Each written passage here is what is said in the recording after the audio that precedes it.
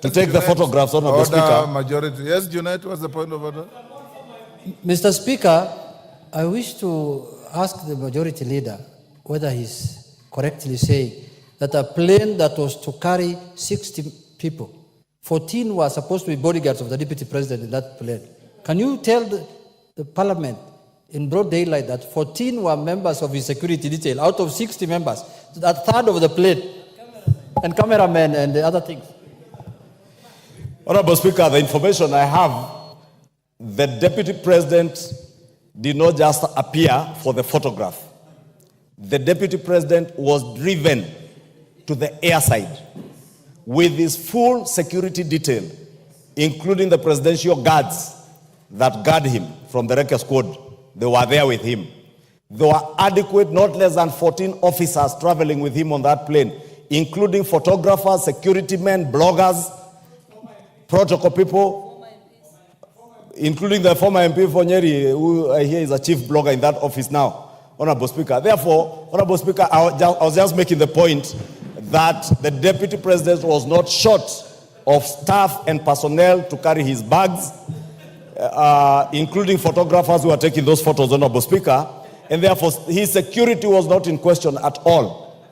True, Honorable Speaker, in terms of the dignity and honor that comes with that office, Honorable Speaker, I think the Deputy President had this flight paid for by the government of Kenya using taxpayers' money.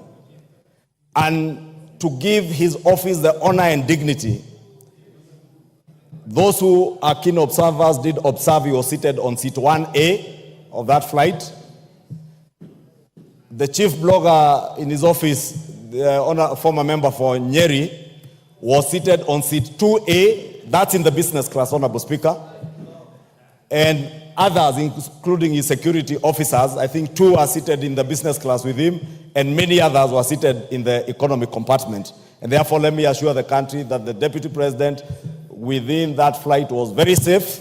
There is nothing unusual in him taking commercial flights. Many of you who attended the National Prayer Breakfast will remember His Excellency the President affirming that out of the austerity measures that government has instituted and which he effected through the Supplementary Appropriations Bill, that his office, that of the Deputy President and that of the Prime Cabinet Secretary had cut their budgets substantially. And therefore, I only want to encourage the President, the Prime Cabinet Secretary, the Deputy President, when they travel, to bear in mind those austerity measures, but at least to reduce the delegations, if not anything. I am certain nothing would happen to you when you are up there in the skies. Therefore, 1 or 2 security officers might be adequate. You do not need 3 or 4 photographers to travel with you on that plane. You can send some by SGR or others to drive to Mombasa. Therefore, I want to encourage all our government officers to bear in mind that we are in a tough situation and austerity measures that government has instituted, including Parliament, Honorable Speaker. I was pleasantly surprised the other day when I saw members of Parliament carpooling to travel to Naivasha because they thought it was easier to hold their meeting where they were holding and carpool. And Honorable Speaker, this should be the spirit, Honorable Speaker. But also, Honorable Speaker, more importantly, because I have seen these questions being raised, especially by bloggers, is the Deputy President entitled to use of military aircraft? Honorable Speaker, I did engage the Cabinet Secretary for Defense, and indeed I have asked, Honorable Speaker, so that we may put this matter to rest, I will be writing to the Cabinet Secretary for Defense to appear before this House in plea that only the President and the First Lady, the President as Commander-in-Chief, since we don't have a Deputy Commander-in-Chief, has access to military aircraft. The Deputy President has a police aircraft designated for his use, which currently is under maintenance, and the Cabinet Secretary tells me in the next few weeks they will have finalized with its maintenance, because it is not just a police aircraft.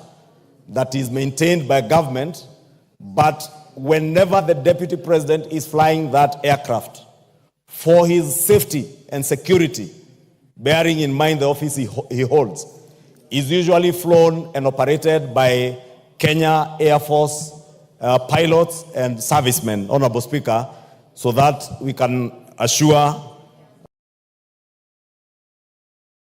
the deputy president's safety, assure the country of the deputy president's safety. Honorable Speaker, when the Kenya Kwanza government took over, I am also informed, Honorable Speaker, our defense forces would occasionally allow senior government officers to use their aircrafts at times on request. And ordinarily, government policy is when any senior government officer like the Deputy President or the Prime Cabinet Secretary intends to use a military aircraft, because these aircraft are designated for operational work by the military, to request for use of a particular aircraft, whether it's a helicopter or a Dash 8 or a fixed-wing aircraft, through the office of the head of public service, Felix Kosgei. Honorable Speaker, let me put it on record because I have checked those facts. The day that the Honorable Okello refers to on Madaraka Day, the office of the Deputy President never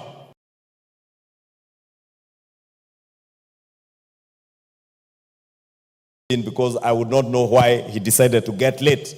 Because either way, you could also choose, like the Honorable Speaker chose, to go and spend the night in Bungoma or in Kisumu and be near the function, or wake up early like many of us did to travel. The same with the incident that the Honorable Jared Okello speaks to this Sunday in Nakuru at the Akorino Church.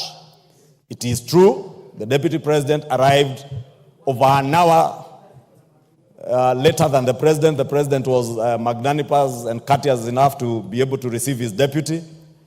And, Honorable Speaker, I can also confirm, because I was to join you in Laikipia, we left Nairobi at exactly the same time with the Deputy President at about 10:44 a.m. when his chopper was lifting from his current residence. Honorable Speaker, we traveled together. There was a slight challenge with the weather, I can confirm, Honorable Speaker, around Mount Longonot. And we were able to maneuver through within a period that did not exceed 5 minutes. As to why the Deputy President chose to tell the country that he had transport and weather challenges, Honorable Speaker, on the pulpit in church, again, I would not be able to be in a position to tell why the person serving in the office of a Deputy President would choose to tell what is not true while standing at a pulpit in a church, Honorable Speaker. And since, Honorable Speaker, you have guided, we are not here to discuss the conduct of any person. I do not want to dwell into that. But to assure the country that both the President, the Deputy President, the Office of the Prime Cabinet Secretary, from what the Minister for Defense has informed me, may, in writing, ask for use of military aircraft